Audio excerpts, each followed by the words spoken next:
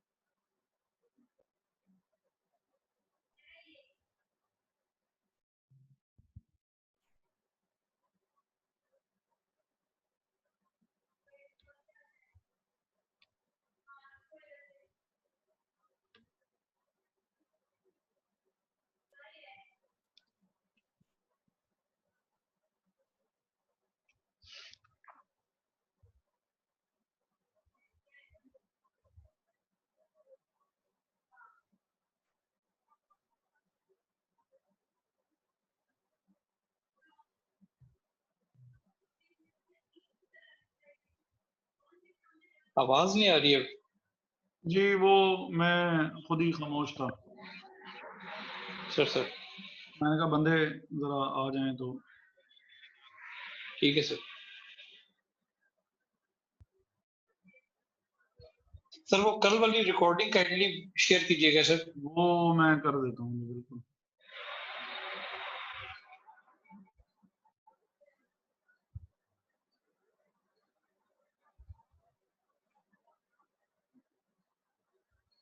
Sir आज की class कब तक अभी चलेगी सर? ये हम बस लेके जाएंगे 3:05 या 3:10 तक। चलें फिर हम जरा काम जो है वो अपना शुरू करते हैं। सर वैल्यू कैलकुलेट कर लेते हैं जो कि 10 ईयर 10% एनुअल कूपन बॉन्ड की 8% पे भी और 7% पे भी। तो हमारे पास जो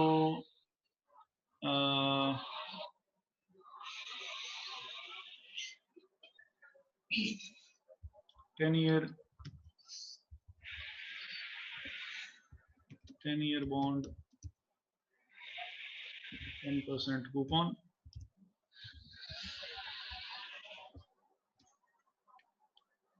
और प्राइस स्कीम कैसे कैलकुलेट करेंगे? Sir, present value of interest payment plus present value of par payment. अब ये हमारे पास जो है वो हमारे पास जो आर की वैल्यू है 100 है सर। हमारे पास 100। जी सर।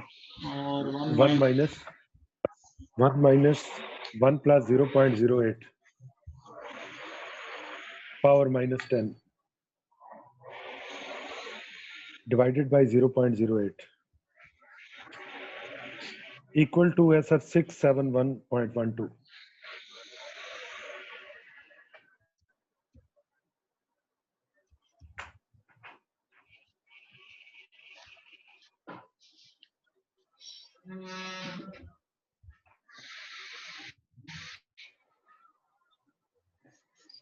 चलिए, और FV जो है वो है हमारे पास 1000 1000 multiply 1 plus 0.08 power minus 10 sir equal to 463.19. Sir ये R जो हमने लिया बेसिकली पावर वैल्यू के सर 10% लिया सर। हाँ जी, हाँ जी। ठीक हो 671.12 plus 463.19 equal to 1134.31 equal to 1134 sir. ठीक है जी।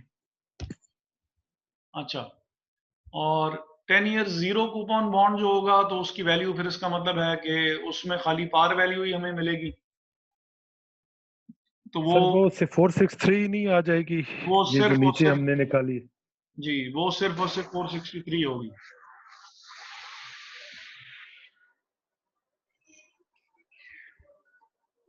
अच्छा, और 5 ईयर मतलब, अच्छा ये तो वो था 8% पे, और 7% पे जो हमारी कैलकुलेशन होगी,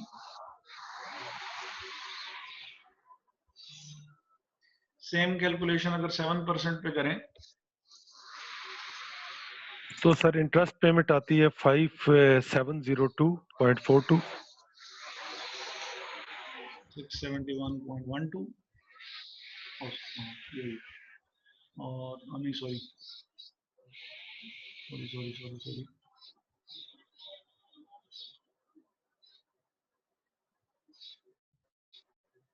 1134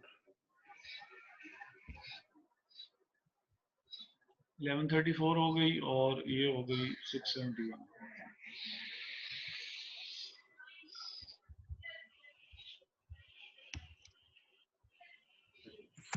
463 सॉरी सर 10 ईयर जीरो पे सर 463 नहीं होगी, 463 है। 463 सर।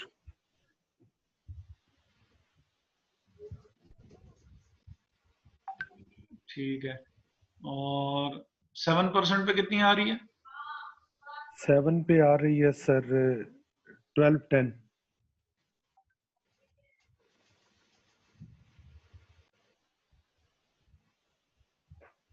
और ये कितनी आ रही है?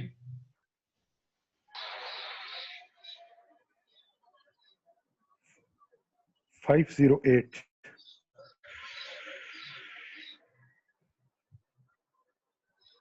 ठीक है, और इसी तरह 5 ईयर जीरो कूपन बॉन्ड जो होगा, 5 ईयर जीरो कूपन बॉन्ड में हमारे पास जो आर जो है पिछले वो, वाले में क्वेश्चन था सर। जी जी, सर ये जो हमने 10 ईयर 10% एनुअल कूपन है सर, तो 10% को हमने कहीं पे इस्तेमाल ही नहीं किया सर। वो 10% को यहाँ हमने 100 रख के इस्तेमाल किया था। ठीक हो गया सर, वो जो आर निकाला था। ठीक हाँ है। जी, आर जो था वो बेसिकली इसी से ही आएगा। आर किस चीज के बराबर होगा? आर बेसिकली बराबर है, आर बेसिकली बराबर है 1000 मल्टीप्लाई बाय 10%। 1000 multiplied by. ठीक हो गया सर। अच्छा, अब इसमें फिलहाल तो क्योंकि जीरो कूपन बॉन्ड है, 5 ईयर जीरो की मैं बात कर रहा हूँ।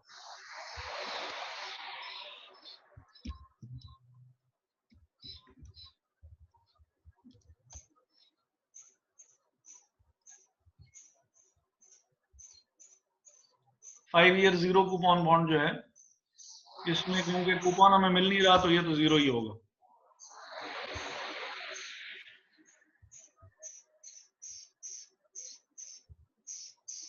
और जो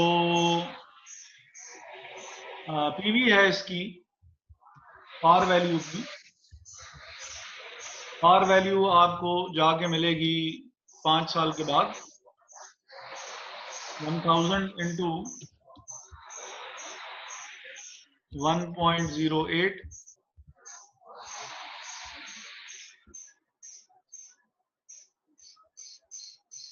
680. ये हो गया जी 680।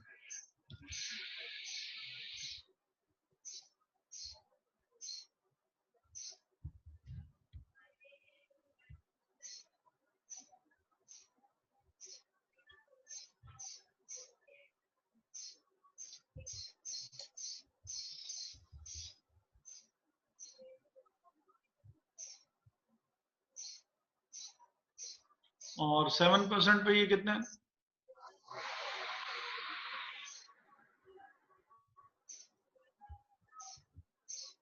और 713 सर।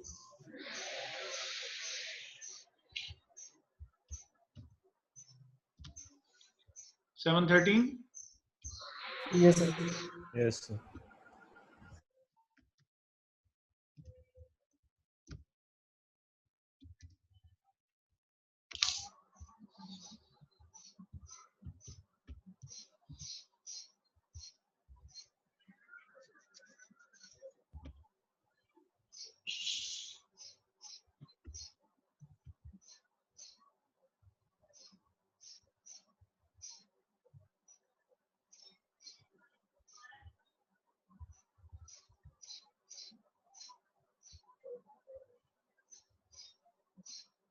Sir, 713.13.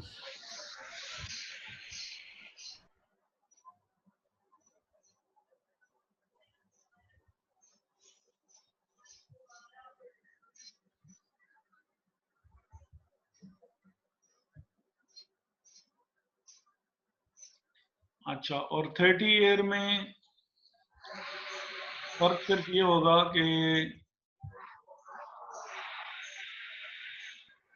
एन जो है फॉर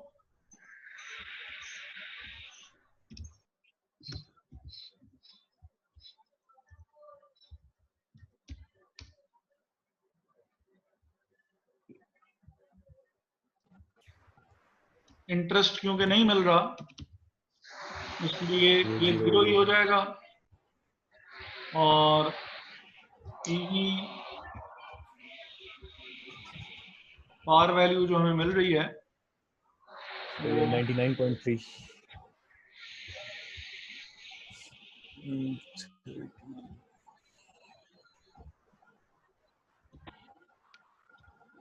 ये कितना बताया था? So 99.3.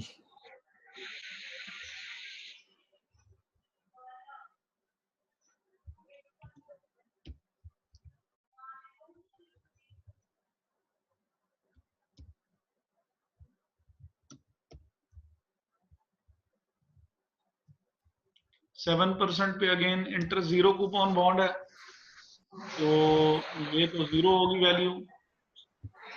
और पीवी पार जो हो जाएगी 1000 131.6।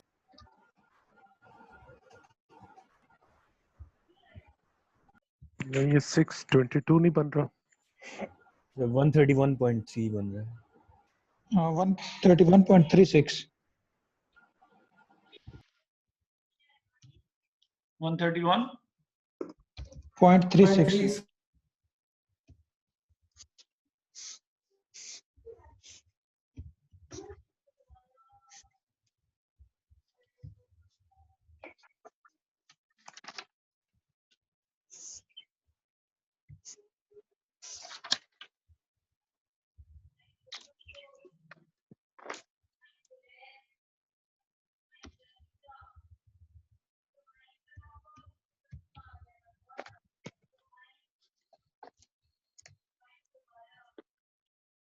और ये जो $100 परपेचुटी है, $100 परपेचुटी, परपेचुटी वो एन्युटी होती है जिसकी कोई टाइम लिमिट नहीं हुआ करती। ऐसी एन्युटी जिसकी टाइम लिमिट ना हो, जो टाइम बाउंडेड ना हो, ऐसी एन्युटी को परपेचुटी कहा जाता है। मसलन ये आपके सामने फॉर्मूला लिखा हुआ है एन्युटी का, इसमें एन डिफाइंड है कि 10 साल होगा कि 12 साल होगा या 15 साल होगा या 20 होगा, जो भी होगा। लेकिन अगर n डिफाइंड ना हो लेकिन रिपीटिशन हो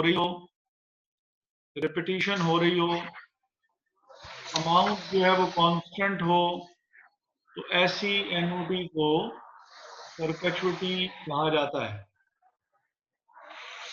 बॉन्ड्स की एक किस्म जो है जिसको कॉन्सोल बॉन्ड कहा जाता है, कॉन्सोल बॉन्ड परपेचुइटी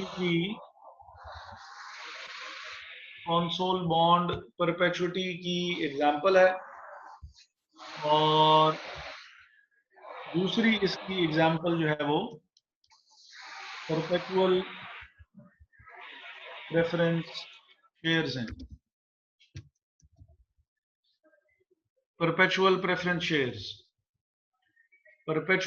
शेयर्स क्या होते हैं?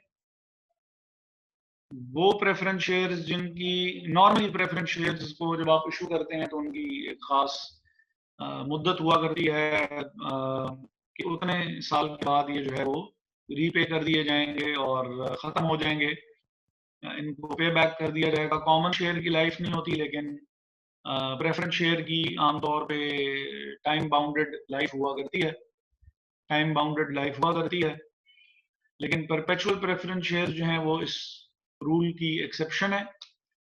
और ये भी जैसे कॉमन शेयर्स की लाइफ लामहदूद, इसी तरह परपेचुअल प्रेफरेंस शेयर्स की लाइफ भी जो है वो लामहदूद हुआ करती है।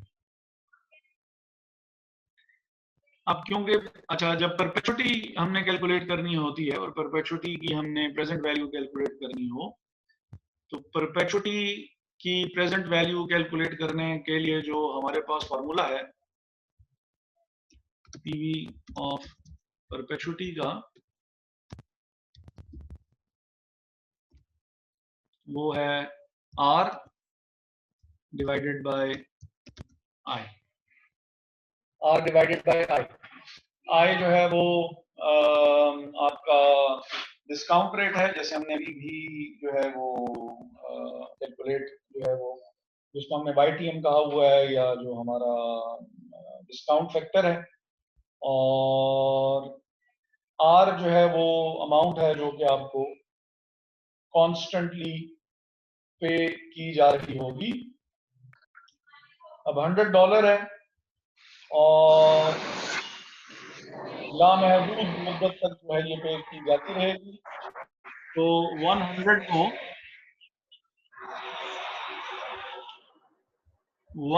को जब हम डिवाइड करेंगे, 100 को डिवाइड करेंगे 0.08 से, आंसर क्या आएगा जी? 1250।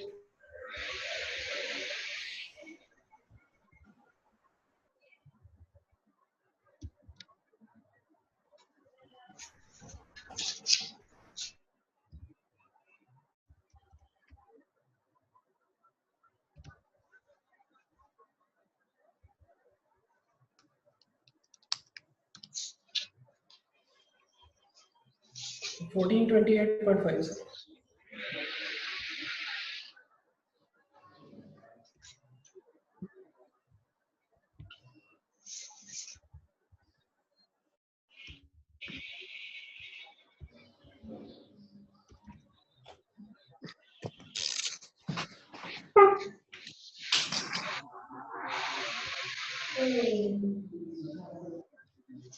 sir.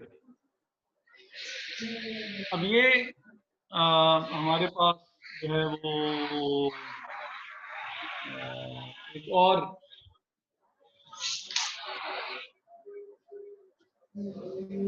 मैं जरा एक मैसेज का रिप्लाई कर दूं।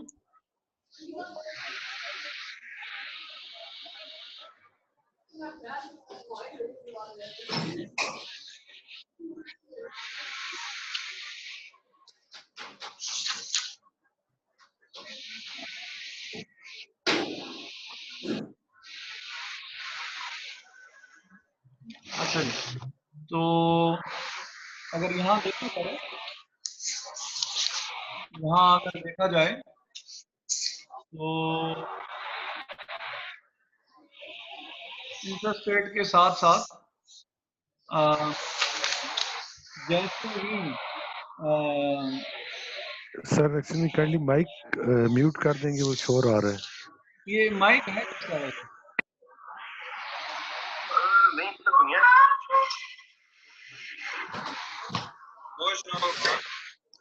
ये बस अभी 10 मिनट में बात शुरू करते हैं हम अपनी।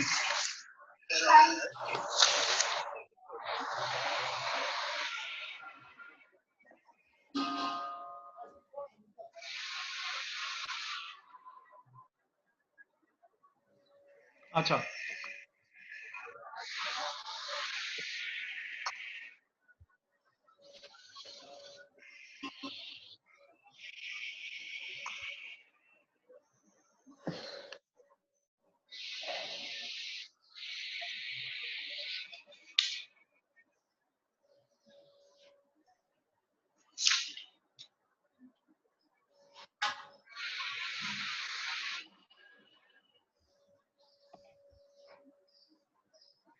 अच्छा जी, तो ये अब हमारे सामने जो है वो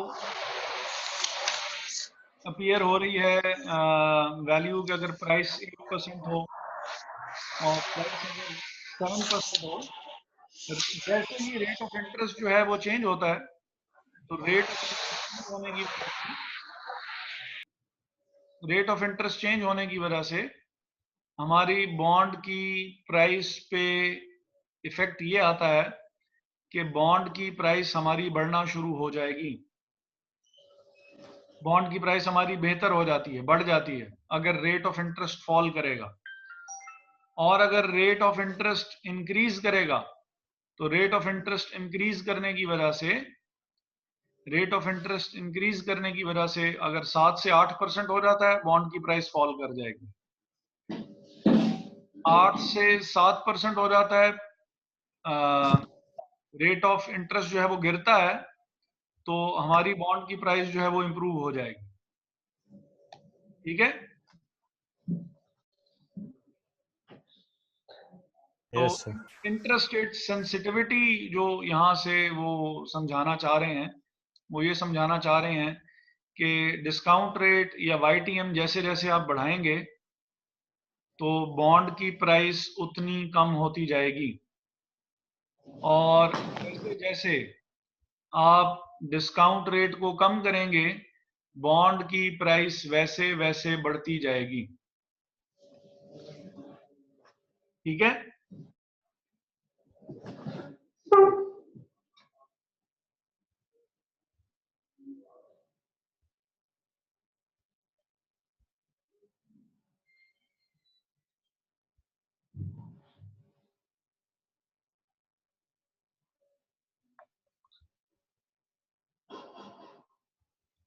अच्छा जी। और जो लास्ट बात आज की है जो मैं करना चाह रहा हूँ, वो ये है जो हमने बिल्कुल शुरू शुरू में बात की भी थी कि बॉन्ड्स जो होते हैं, बॉन्ड के ऊपर जो रेट ऑफ इंटरेस्ट जो होता है वो फिक्स होता है। बॉन्ड्स के ऊपर रेट ऑफ इंटरेस्ट जो हुआ करता है वो फिक्स हुआ करता है। Bonds have fixed interest rate, और ये जो है वो बाद में ये चेंज नहीं होता। एक दफा ये आपने वो कर लिया, apply कर लिया, उसके बाद तो ये चेंज नहीं होगा, ये फिक्स ही रहेगा। जबकि हमने बात की थी बैंक लोन्स में कि बैंक लोन काइबर के साथ एसोसिएटेड होता है और काइबर चेंज होता रहता है, जिसकी वजह से बैंक लोन का इंटरेस्ट भी फ्लक्चुएट करता रहता है। ये बात हमने बिल्कुल जब बॉन्ड्स का टॉपिक शुरू किया था तो हमने तब बात की थी। अब मेन चीज जो यहां पे समझने की है, price of bonds will fluctuate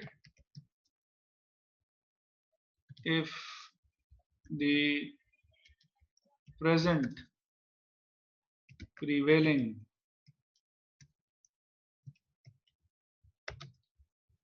interest rates change.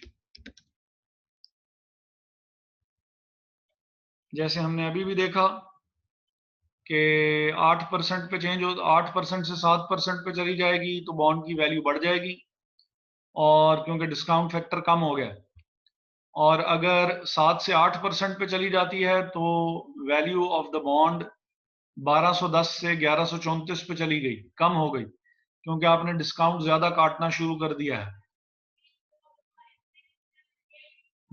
Price of bonds will fluctuate after they have been issued if the present prevailing interest rate change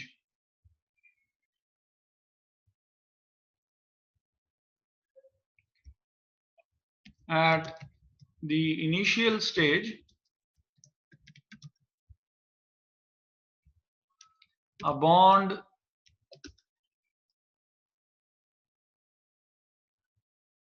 will be issued at par value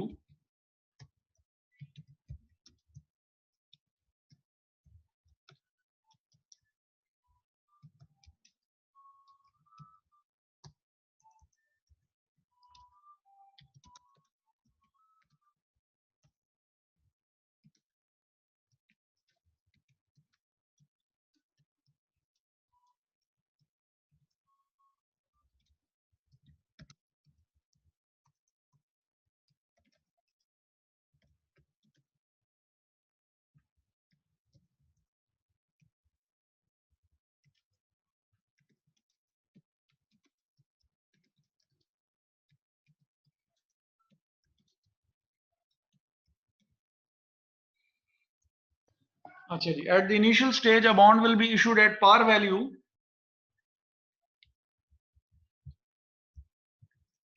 if the coupon rate and interest rates are same. अगर interest rate या discount rate 10% है और आप भी 10% ही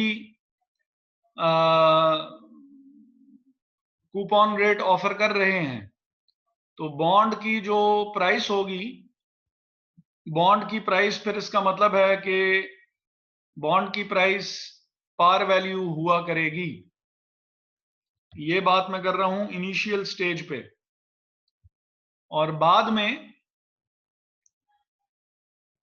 में bond की price fluctuate कर सकती है अगर इंटरेस्ट रेट चेंज हो गया तो, क्योंकि हमने तो शुरू में सेम रखा था, उसके बाद बॉन्ड का रेट तो फिक्स हो गया, जबकि इंटरेस्ट रेट चेंज होता रहता है. और अगर इंटरेस्ट रेट चेंज हुआ तो फिर हमारे बॉन्ड की प्राइस चेंज हो सकती है, जैसे कि हमने इस सवाल में बात की भी है. At initial stage, a bond will be issued at premium. Premium means profit पे बेचा जाएगा. इसका मतलब है कि हम प्रीमियम मांग रहे होंगे और प्रीमियम वैल्यू ही हमें मिल भी रही होगी. If the coupon rate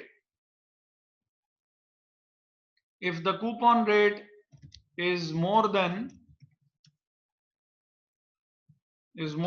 the interest rate, जो डिस्काउंट रेट है उससे अगर आपका कूपन रेट ज्यादा होगा तो आपका बॉन्ड प्रीमियम पे फ्लोट करेगा. और शुरू में जब आप इशू कर रहे हैं, आपका बॉन्ड डिस्काउंट पे फ्लोट करेगा,